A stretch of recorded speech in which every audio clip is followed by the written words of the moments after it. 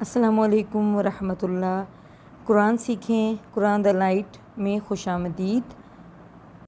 آج ہم سبق نمبر 3 پڑھیں گے۔ جیسا کہ آپ سب کو پتہ ہے، پیچھے ہم نے 3 زبر اور 2 زبر فارمولہ پڑھا تھا۔ اس کے بعد ہم نے واو الف کا اضافہ کر کے جمع بنانا سیکھا تھا۔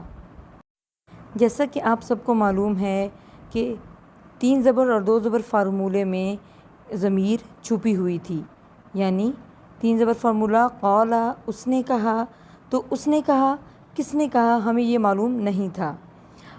سبق نمبر 3 میں ہم یہ پڑھیں گے کہ کس نے کہا، کس نے کیا کیا، یعنی ہم 3 زبر فارمولے کے آگے نام لگا دیں گے۔ جیسے بعض مرتبہ کام کرنے والے کا نام اس کے فوراً بعد آئے گا، جیسے قتلہ، تو قتلہ 3 زبر میں سے ہے۔ قتلہ کا کیا معنی پڑا تھا؟ اس نے قتل کیا۔ آج کا لیسن ہمیں یہ بتائے گا کہ کس نے قتل کیا۔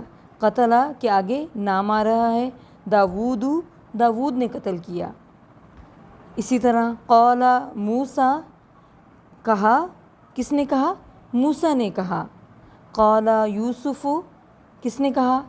یوسف نے کہا۔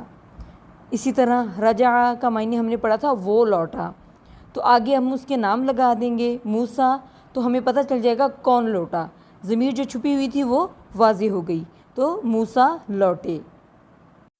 اسی طرح ہم نے پڑھا تھا کفرا، اس نے کفر کیا، تو کس نے کفر کیا؟ سلیمان۔ کفر سلیمان، سلیمان نے کفر کیا۔ اب آپ کے سامنے ایک سلائیڈ اور ہے۔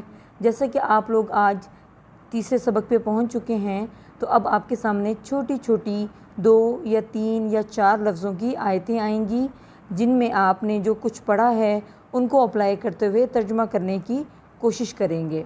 جیسے پہلی آیت ہے قتلہ، کیا مطلب تھا؟ اس نے قتل کیا۔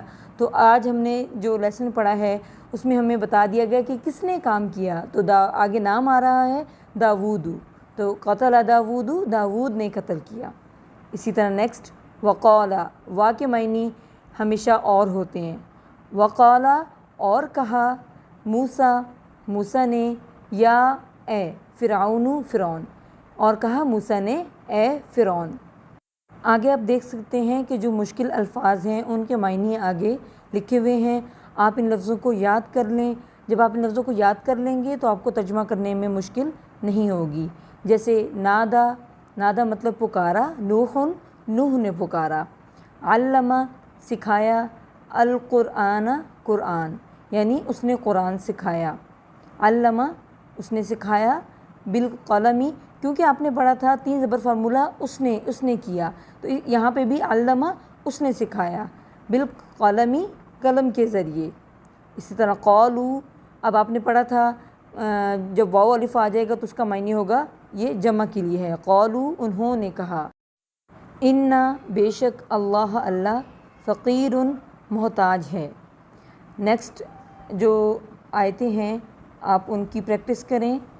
زیادہ آپ پریکٹس کریں گے اتنا آپ کا لیسن اچھا ہوگا۔ آج کے لیے اتنا ہی، اللہ حافظ۔